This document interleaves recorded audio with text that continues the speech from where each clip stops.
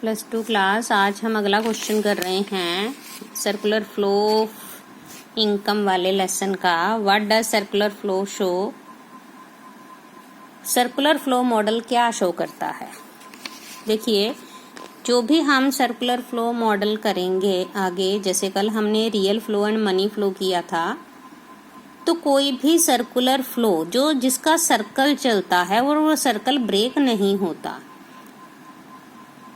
It means कि एक sector से दूसरे सेक्टर की ओर money and goods and services का फ्लो होता है, दूसरे से तीसरे, तीसरे से चौथे सेक्टर की तरफ। तो इस तरह से सर्कुलर फ्लो चलता है मनी एंड इनकम का। बट ये मॉडल शो क्या करता है? सबसे पहली चीज वो शो करता है value of goods and services produced in the economy in an accounting year.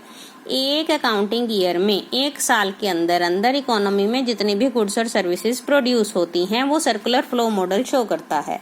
और इसे हम किसके नाम से जानते हैं? नेशनल प्रोडक्ट के नाम से। सेकेंडली, जो भी factor services, house hold sector जो भी factor services in the form of land, labour, capital and entrepreneur production sector को देता है, तो बदले में उनको इनकम मिलती है। तो ये इनकम जनरेट होती है।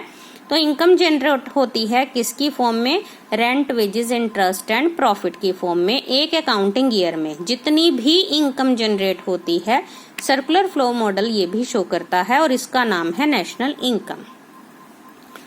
तीसरी बात कि नेशनल प्रोडक्ट हमेशा नेशनल इनकम के इक्वल होता है, क्योंकि जो नेशनल प्रोडक्ट है वो ही नेशनल इनकम बन जाती है। इसलिए national product is always equal to national income. Fourth point है कि जितनी भी गुड्स और सर्विसेज प्रोड्यूस की जाती हैं एक इकोनॉमी में, फाइनली वो सारी बिक जाती हैं, खरीद ली जाती हैं। इसका मतलब क्या है कि जो value of goods and services है, ये expenditure on goods and services के इक्वल होता है। यानी कि गुड्स और सर्विसेज की वैल्यू और उन पर किया गया खर्च ये भी एक दूसरे के इक्वल होगा। नेक्स्ट क्वेश्चन है हमारा, explain to sector model of an economy.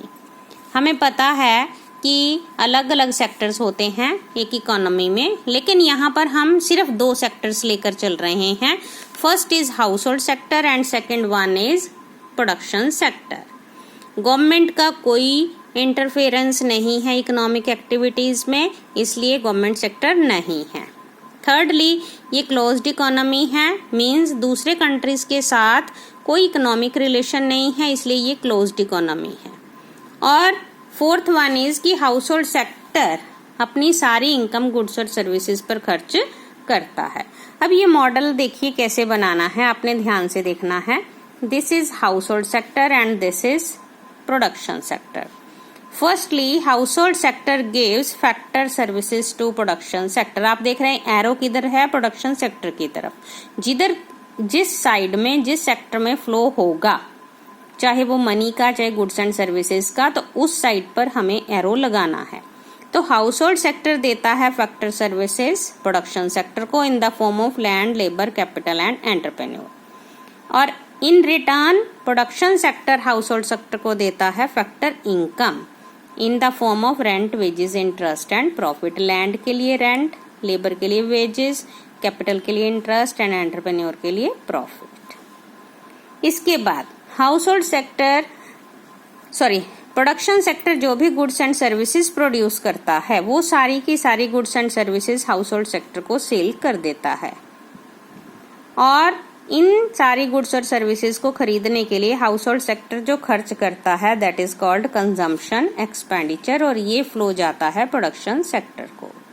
ये जो हमारा 2 सेक्टर मॉडल बना है बेटा, हमने क्या किया है, पीछे real flow and money flow 2 forms में किया है, बट यहाँ पर हमारा ये 2 सेक्टर मॉडल है, जहाँ पर हाउस होल्ड सेक्टर और प्रोडक्शन सेक्टर के बीच में जो भी ट्रांजैक्शंस होती हैं, जो लेन देन होता है, जो फ्लो होता है गुड्स एंड सर्विसेज का एंड मनी का, उसको हम इस फॉर्म में शो कर सकते हैं।